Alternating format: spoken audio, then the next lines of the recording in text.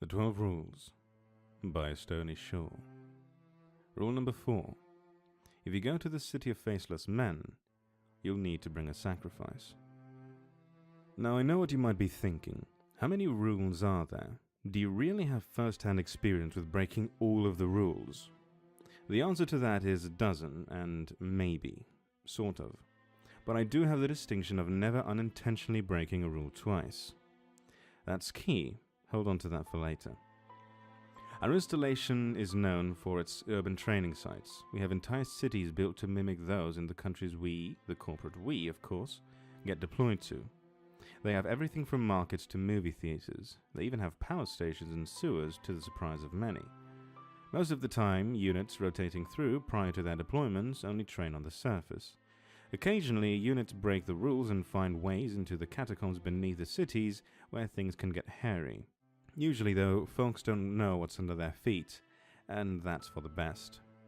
Unfortunately for me, one of the reasons I landed a job at this post was because I had extensive experience with power generators. I was only one of two in our maintenance section with that accolade. And no, the other isn't Mikey.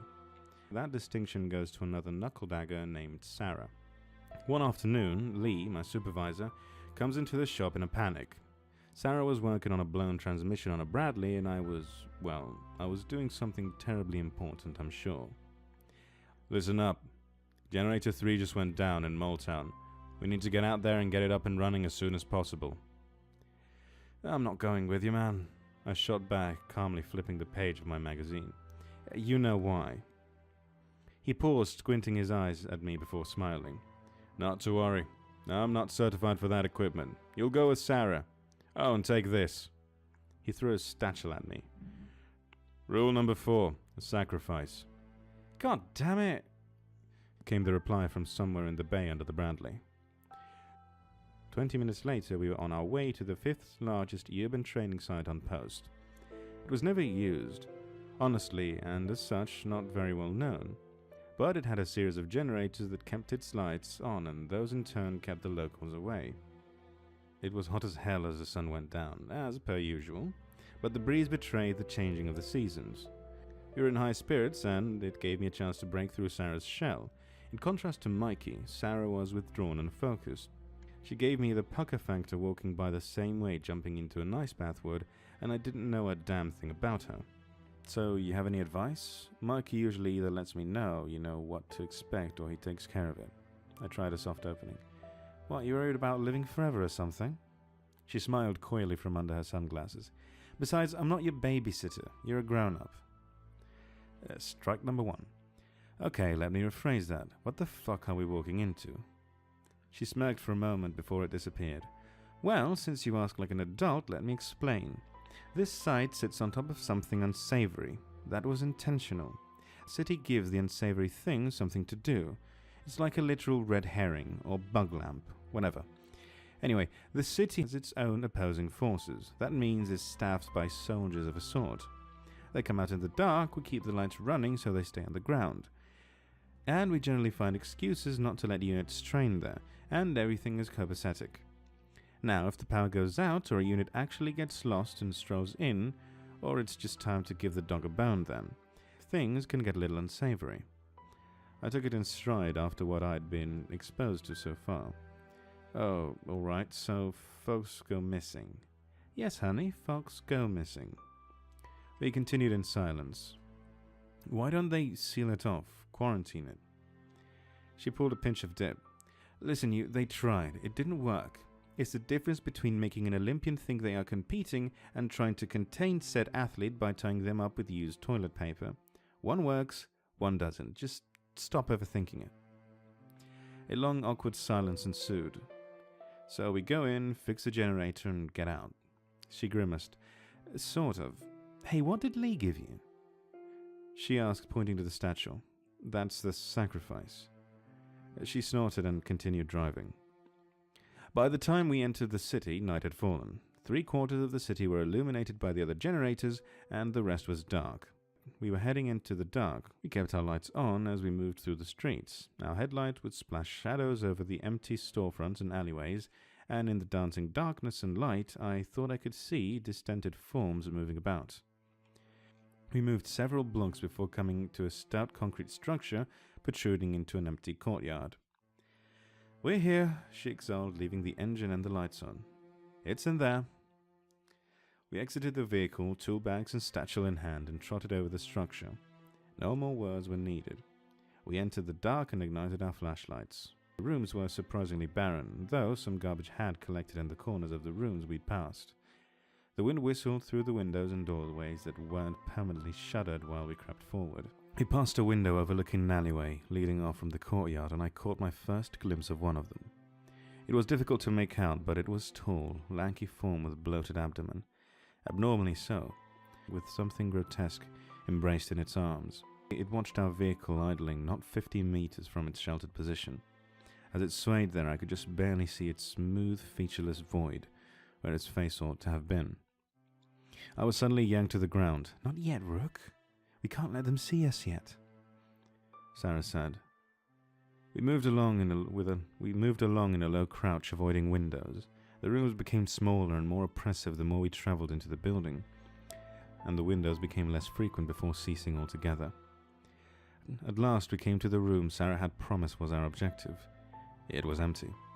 "Wrong turn," she mouthed, shrugging her shoulders. The only outlet beside the way we had just come was a drainage pipe that would require us to crawl through. Without a word, she moved forward and I followed.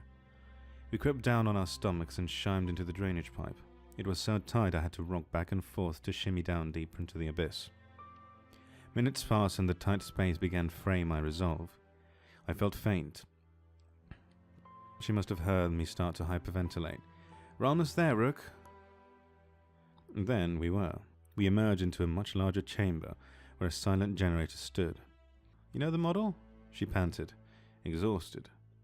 Our situation forgotten for a moment, I rejoiced. I did know the model of that generator. We did an assessment and I figured out it was a pretty easy fix.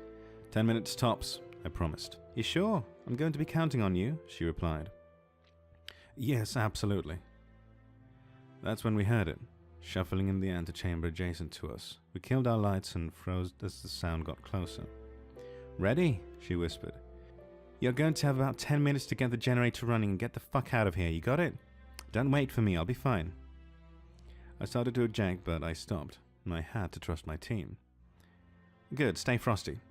And with that, she shot up and ran into the antechamber, screaming like a Valkyrie while I got to work. It must have been only minutes before her war cries echoing through the empty city as they departed turned into screams of agony. I didn't expect her to die so pointlessly, but I still had a mission, and I had promised I'd finish my work in under 10 minutes. I restarted the generator, and I ran. I ran through the rooms that were familiar and not familiar at once. The city was a jumble of identical prefabricated units, which mocked my attempt to flee. I travelled for what felt like hours before I stumbled upon what was left of Sarah.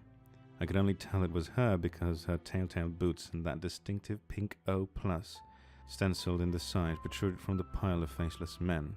Long-limbed horror slobbering and feasting on her corpse.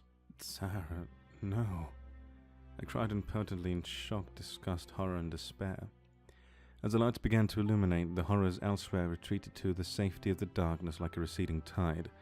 Nonetheless, it would be some time before Sarah's corpse could be recovered. I flung the statue at the wretched mob and sprinted off once more. The lights were on now, and I kept to them as I wandered through the maze of a city. I circled back, ran, and circled back again, but found myself on familiar and unfamiliar ground both at the same time. At some point, I found the courtyard, jumped into the truck and sped off back to the maintenance shop.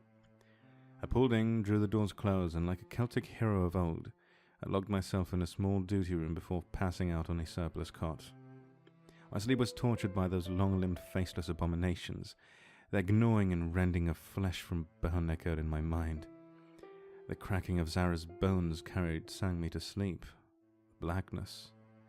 And then nothing. I awoke to an unexpected otherworldly shriek. "Get up, Sleepy!" Sarah shouted as she kicked my cot over. I rolled to the ground, disoriented and confused. "Good job last night. I'd give you a gold star if I had one." "What? You... how?" "Whenever you go to the City of Faceless Men, you need to bring a sacrifice. You also need to bring an actual mechanic, though, too. Which is a rub. Otherwise they'd be feasting on me in the dark for eternity, like that poor bastard Prometheus. Thankfully, I'm immortal and you're a pretty decent mechanic. She sneered, poking me in the shoulder. Ah, come on, it was fun, I had a good time.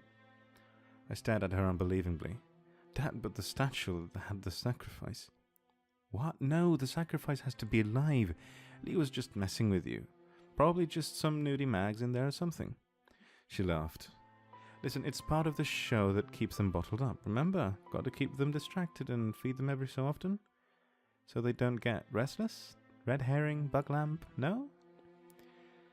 She laughed. I thought I explained it to you. That hurts like fuck, though. That's true. Her face darkened for a moment before the joy I'd never seen on her face returned. You can bend the rules, you know? What better way to bend the rules than to use an immortal as a sacrifice?